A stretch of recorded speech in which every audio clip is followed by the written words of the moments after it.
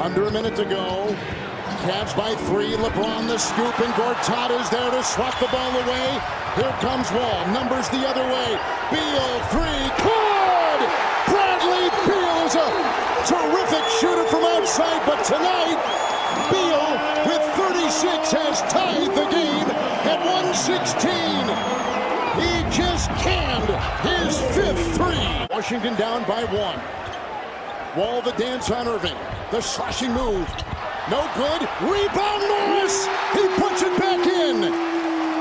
And the Wizards by 1 with 12.2 and a timeout Cleveland. Right now Beal is on James. Wall. The lead is 3. Love. LeBron. And got it. Banks it in.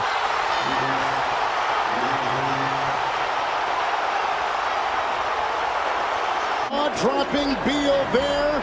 3. Fade away out of bounds. Using glass, and he ties it at 120. An unbelievable shot. And here we go with the overtime records right there. Wall against Love. By the way, James has 5 fouls. Morris has 5, and Gortat finds 2 inside. Over on him. Screen by Gortat. Oubre, 3. Good! Sweet stroke from the corner. 5-point Washington lead. Look at the weaving, slithering Irving, and inside to Thompson. Thompson's got 22. It's actually pretty good defense by Love. Irving triple, no. Love rebound, the spin, the drive, the scoop, the feed. Outside Korver, crimp, triple. Got it! Got it! Big time 3, Kyle Korver. Straight possessions, Kevin Love on that one with Beal, and the one before that with Wall, playing great defense as Kyrie Irving knives his way to the basket. He just gives the Cavaliers a 2-point overtime lead, 7-0 run by Cleveland. And Kyrie has put in 16 on a 6 of 21 night. Wall will float. Got it!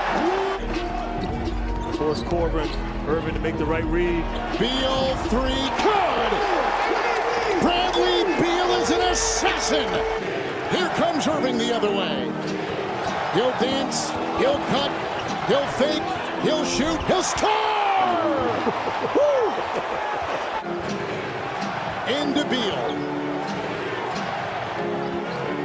Second wave of defense is there, but that 3 goes down!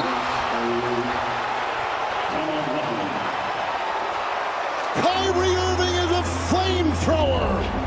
And he's hit a big 3. In a 3-point game, here comes Wall. Shifting, feeding, Gortat diving.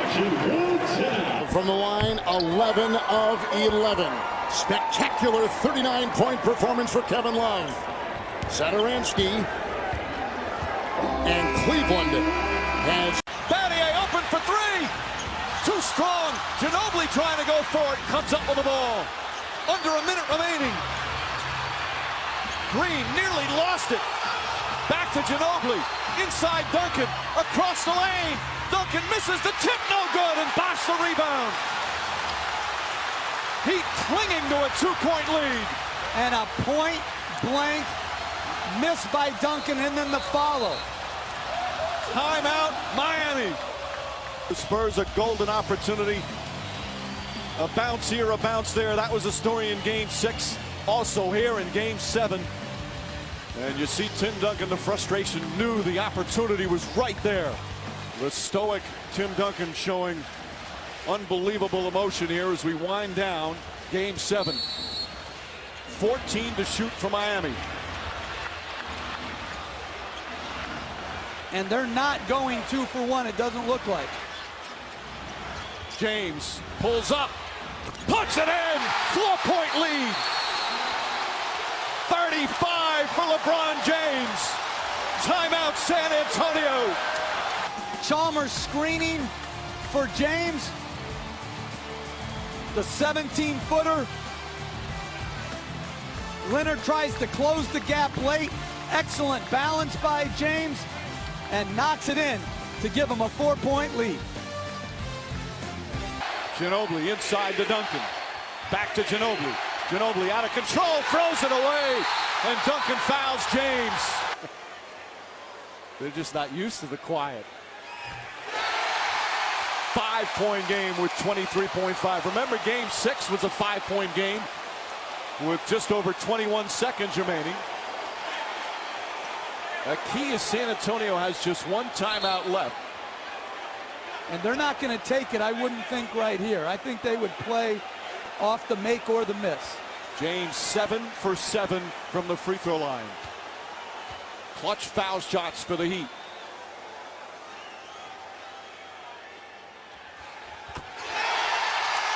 Six-point game.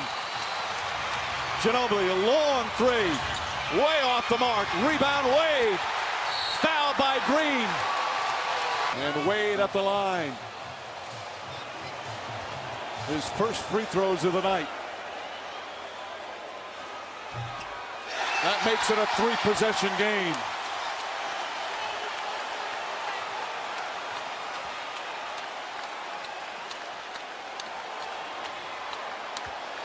And this for Miami, the largest lead of the night. Battier tips it out to Chalmers. Wade throws it up to James.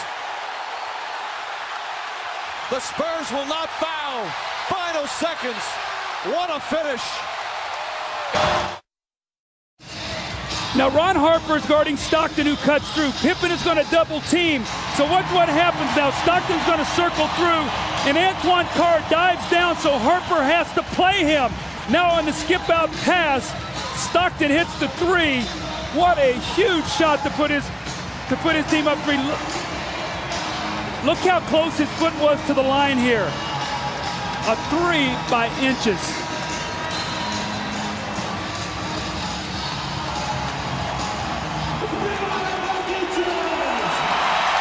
Now this is what Karl Malone has to do. He has to find the open man, and Harper runs at him. And normally it's Stockton and Malone. This time it was Malone to Stockton. 10 points for Stockton. At age 36, he's played more NBA playoff games than anyone in history without winning a title. Now the Bulls would like to get 2 for 1 possession here. Try to get a quick score, get to the free throw line to give them 2 opportunities to 1. Pippen into Jordan. Michael working on Russell. Brings them to within 1. They scored within 4 seconds there. That's how quickly that changes now. Now it puts the pressure on the Jazz to score once again. Jordan with 43. Malone is doubled. They swat at it and steal it. Here comes Chicago. 17 seconds. 17 seconds from Game 7 or from championship number 6. Jordan open. Chicago with the lead. Timeout, Utah. 5.2 seconds left. Michael Jordan running on fumes with 45 points. At the end of the game, you got to get it out of his hands. Michael double back. You're going to see he's in the play. Look where Hornacek is setting the screen. Michael never clears, so Malone doesn't see him. He comes from the blind side and strips him. So 3 crucial plays here by Michael Jordan now as he gets Brian Russell with a quick crossover. Look at Brian Russell slips, and Michael pulls up and buries the shot to give him a 1-point lead. That may have been, who knows what will unfold in the next several months, but that may have been the last shot Michael Jordan will ever take in the NBA. Watch Jordan's left hand here as he gives Russell the push. The referee can't see that. Jordan frees himself up for a clean look. The greatest thing about Jordan is he has all the tricks. That's why it's so difficult to guard him. Stockton, Hornacek, Antoine Carr, Karl Malone, and Brian Russell. If they score, there's a Game 7. If they don't, for the second straight year, they go out in 6. Stockton, Harper's on him. Behind the screen, Harper got a piece of it. It comes off. The Chicago Bulls have won their 6th NBA championship, and it's their second three-peat.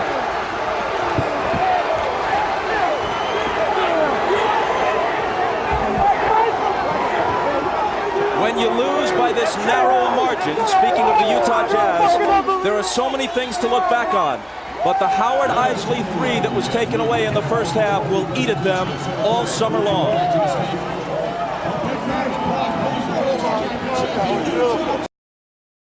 Houston and Utah tied it too early. We'll be going there at the conclusion of this game. A game that's seen nearly 60 fouls called. Actually, that is short of the record for both teams in a playoff game. Miller for three, and he got it. Reggie Miller with a clutch tray, and it's 105-102. And a steal. Miller retreats to the three-point line and hits again. Tie game. No need to foul in that situation. And the foul is called with 13.2 seconds. Reggie Miller made a three, stole the ball, raced behind the three-point line, and hit again. What presence of mind, but then to foul there. The Knicks had no timeouts. You basically had to play for overtime if you're the Pacers in that situation. Miller's going to make, after he sets the screen, he steps behind, makes the first jumper. On the inbound pass, Greg Anthony stumbles, and they can't get it to him. The ball gets stolen. Mason not able to call timeout. Starks misses. Neither team has a timeout remaining. Pacers have to box out here if they expect to win this game. Last time, similar situation, Anthony with the offensive board. A make is okay for the Pacers. Starks misses. Batted around. Ewing has it. His shot, no good. Reggie Miller the rebound and a foul with 7.5 seconds. And Pat Riley is saying, what is going on here? Goes after Ewing just a bit long. Miller has hit 12 of 13 in the game. For only the second time in 16 games here at the Garden against the New York Knicks, Indiana has reached 100 points. They won the other time. Maybe this will be the magic number for them here as well. It's like Indiana's win in game 1 at Orlando last year. Miller hits two. No timeouts. Anthony stumbles and falls. Time runs out. Reggie Miller scoring 8 points in the final 32 seconds. Taunting Spike Lee and 19,000 at Madison Square Garden. They did not get that play correct out of the timeout, and Popovich obviously upset with Manu. Here's McGrady for three. 35 seconds to go. Continues to hit at the line. And the Spurs now lead by 7. Rockets looking for a quick shot. Bowen is all over McGrady. Foul is picked up. Hits a potential 4-point play. Tracy McGrady from downtown. And Tim Duncan could not get out of the way. He's called for the foul. Wow. What a shot by McGrady. You'll see the screen by Yao Ming, which forces Duncan to help, and he just draws the contact and somehow gets it to go. Incredible shot by T-Mac. 16.2 to go in the fourth. And Barrett can't find anybody. They have no timeouts remaining. Finally gets it in to McGrady. McGrady over Bowen for three. Yes! Yes! Tracy McGrady. 13 points. They've outscored the Spurs 14-6. And this a moment ago. Well, they almost didn't get the ball in, and now you've got the best defender in the game on McGrady. How does he hit this? Bowen not wanting to pick up the foul, and McGrady amazingly somehow gets it to go. It's a 2-point game. And a good job by Andre Barrett. They had no timeouts left, close to a 5-second count, but got the ball inbound, so 11.2 to go in this fourth quarter. San Antonio now clinging to a 2-point lead. They've led by as many as 11. Yao Ming on the inbounds, trying to make things difficult for Brent Barry. Gets it in. Brown lost it. Here comes McGrady. No timeouts remaining. McGrady for the win. Yes! 1.7 to go. San Antonio with no timeout. Here's Parker, and the Rockets steal a game from the Spurs. Tracy McGrady with an incredible performance down the stretch, including a 4-point play. Tracy McGrady with 33 points. The Texas Showdown continues. San Antonio